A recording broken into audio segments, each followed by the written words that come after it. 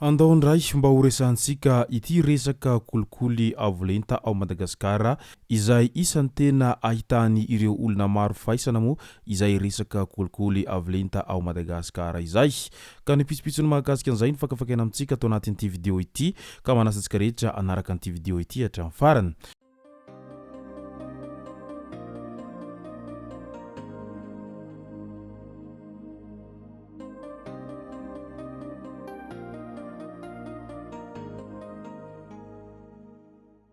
Ny tonga tsy miaraba hono namantezitra ka dia faly miaraba isika rehetra mpanaraka tsy tabaka an'ity chaîne ity ny tenako amin'ity androandroany ity arakan'izay efa natsipoko zay dia ny mahakasika ny kolikoly avolenta ao Madagasikara ao no tena ho resahantsika. Zaraintsika anankiroa ity resaka kolikoly izay tena efa ela nanjakazaka tao Madagasikara ity. Ny tapany voalohany dia andao ho resahantsika ny eo miresaky ny kolikoly ao anatin'ny aditany izay hita fa tena manimba olona maro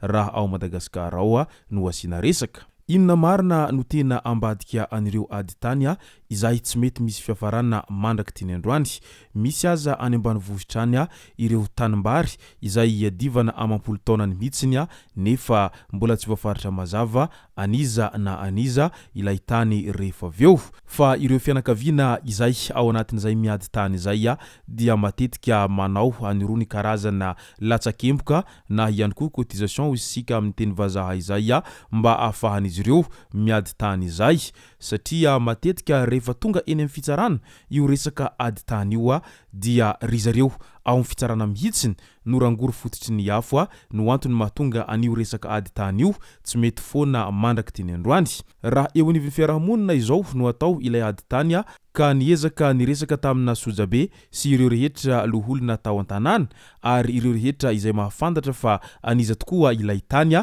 dia tokony efa hiravina hatreo zany ilay disadisa sy ilay ady tany any ambanivohitrany. Fa ny matetika dia ireo izay tsy tompony tany dia miezaka manota vola maro satria mieritreritra izy ireo fa vitany vola avokoa ny zavadrehetra rehefa ao anatin'izay fiadiana izay.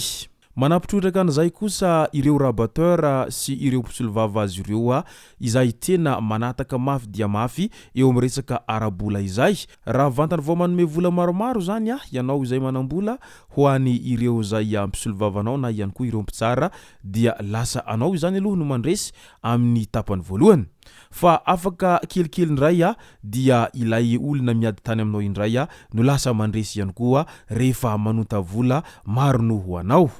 Ka eo indrindra no mahasarotra ny hidirana amin'ity resaka ady tany ity satria sarotra ny hanafoanana an'io resaka ady tany io raha toa ka tsy voafongotra ireo karazana kolikoly izay misy eo amin'ny resaka ady tany sy ireo kolikoly izay ataon'ireo rabateur sy ny mpisolivava izay tena manao an'izany eo anivon'ny fitsarana ireny ary hita manerana ny nosy moa izay resaka ady tany izay indrindra iny faritra avaratry ny nosy iny dia tena laharana voalohany mihitsy ao anatin'izay resaka ady tany izay. Ka raha toa ka te hamongotra tamin'ny fakany ilay ady tany zany ny ministry ny raharahantany sy ireo rehetra izay miaradia aminy dia tokony ho fongorina avy eo anivon'ny fitsarana izany ilay resaka ady tany izay fa dia ho rava ho azy io resaka ady tany izay tsy misy farany io efa hatramin'izay ka mandraka teny androany. Maro nefa lany vola, maro nefa lany fananana eo anatrehan'izay resaka ady tany izay avokoa. De ny tapany faharoa ho resahantsika indray ny eo amin'ny resaka kolikoly indrindra fa ny fazahona passeport malagasy. Nefa raha tokony ho izy araky ny lalàna dia mananjo hisitraka an'izany passeport malagasy izany avokoa ny malagasy rehetra tsy ankanavaka. Fa inona marina no mahatonga an'io resaka kolikoly amin'ny fanaovana passeport malagasy io izay tsy mitsahatra mandraka teny androany. Dia ireto Antony reto no tena Antony izay mahatonga azy io ary tokony hasimpanitsina sy hasimpanovanà izany rehetra izany. Ny voalohany dia tokony hamoraina ny fahazoana an'io passeport malagasy io. tokony tsy asiana fanontaniana maro isan-karazany ny fahazahona an'io passeport malagasy io fa tokony hatao toy ny fakana karapanondrim-pirenena ihany ny fakana an'io passeport malagasy io amin'ny maha malagasy ny tena dia tokony samy isitraka an'izay avokoa ny malagasy rehetra tsy ankanavaka. Fanohan'ny fanasarotana an'izay fanamboarana an'io passeport io no mahatonga an'ireo voaka madinika izay lasa mitady hirika mitady an'ireo olona izay homena vola mba hafahana misitraka an'izay passeport zay satria ilain'ilay izy na amin'ny asa ataony andavanandro na andeha hiasa any ivelany dia ilaina foana io passeport io indrindra fa ny amin'ny resaka asa freelance izay tena azahoana vola be ihany koa ao anatin'ny internet ao dia tsy maintsy mila an'izay karazana passeport zay ihany koa ny malagasy vo afaka manao an'ireny certification